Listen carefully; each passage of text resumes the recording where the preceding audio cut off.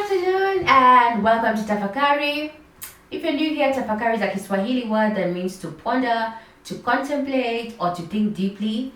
And literally, this space is to encourage just that critical thinking. So, we carry on with our Decolonial AI development series, and today we shall be speaking about the coloniality of being and what that looks like right now. So the coloniality of being has been captured in many shades by many decolonial writers, not only in Latin America but also Africa and also Asia, anywhere where we've had coloniality.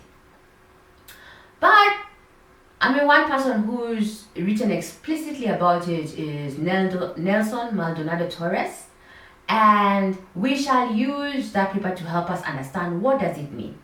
So let's just start with, what's the coloniality of being? So according to this publication, to his article, the coloniality of being talks about a situation in which European colonizers socially categorized the human race. So that we had Asians, we had blacks, we had Arabs, we had Europeans, etc. But he makes the point to say that this categorization of people was not innocuous in the sense, or rather it was not innocent. And why was that?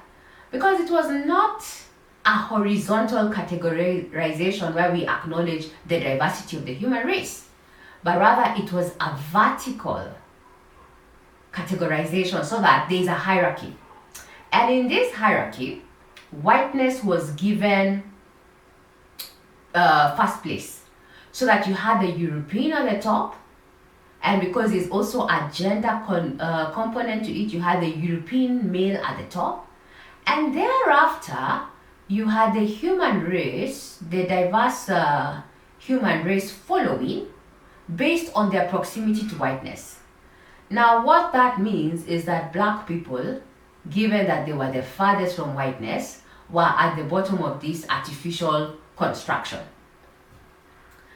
And there were implications to this. So that for the European who was at the top, it was a point of prestige, because it gave Europeans the right, or rather the feeling, that they could conquer territories of colonized people, that they could enslave, that their epistemologies took eminence. So that's how you find a situation in which all things European were elevated.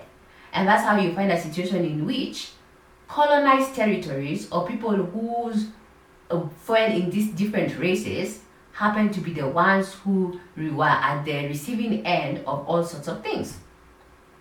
So what this means is that the European was up there. They had the right to conquer, they had the right to know, they had the right to exploit, etc.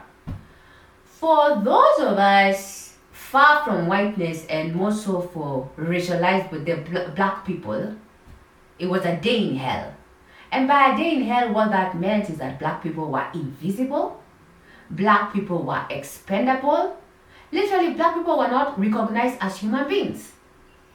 And what this translated to is what many decolonial writers have talked about, more so in Africa, where they said, that's how you find that black people were at the center of all sorts of wicked things, where slavery, colonialism, imperialism, as well as people of color.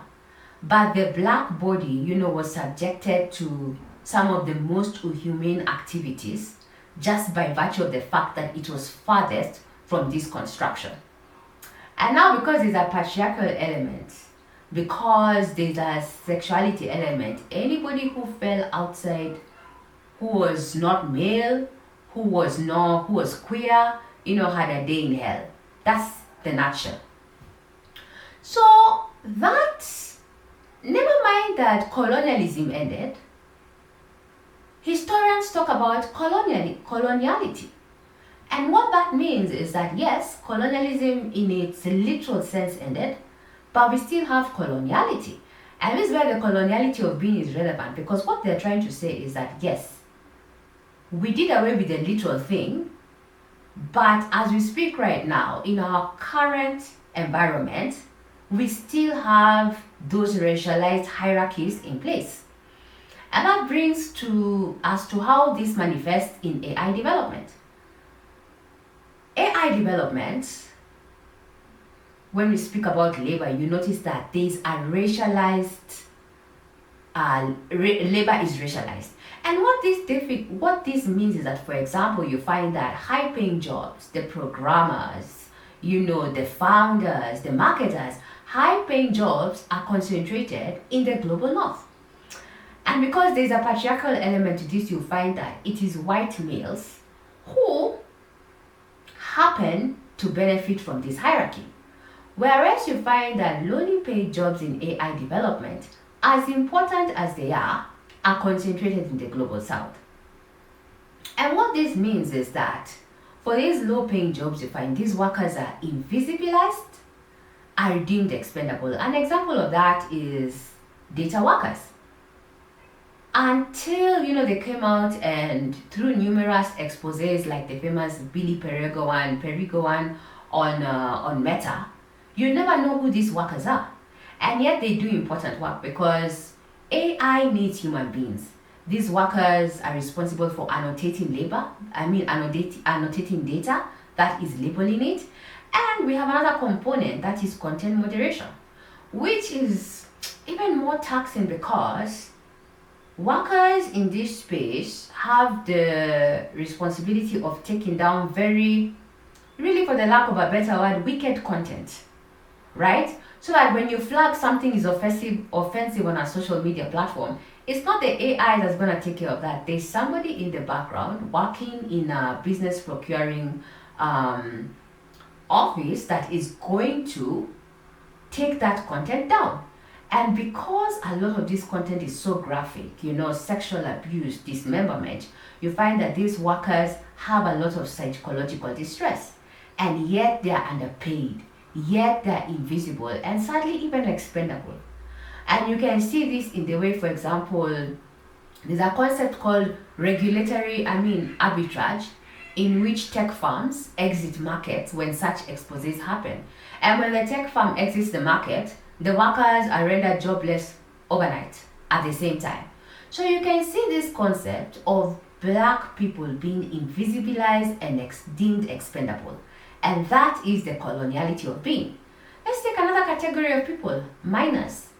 You have to understand that AI development is dependent on rare earth minerals for the purposes of constructing AI infrastructure. And, the Congo, being blessed with all the natural resources, has suffered a resource curse. Miners there work in precarious conditions. And so that you know that they're invisible. How many times have you heard that a mine collapsed and you never even knew the name of the miners? You hear something like 200 miners died, but you don't know their names, you don't know where they're from, and that shows you how invisibilized they are. And the concept of expendability is also there because literally there is no safety in these places. They work under horrible conditions and anything can go down anytime, and they know it.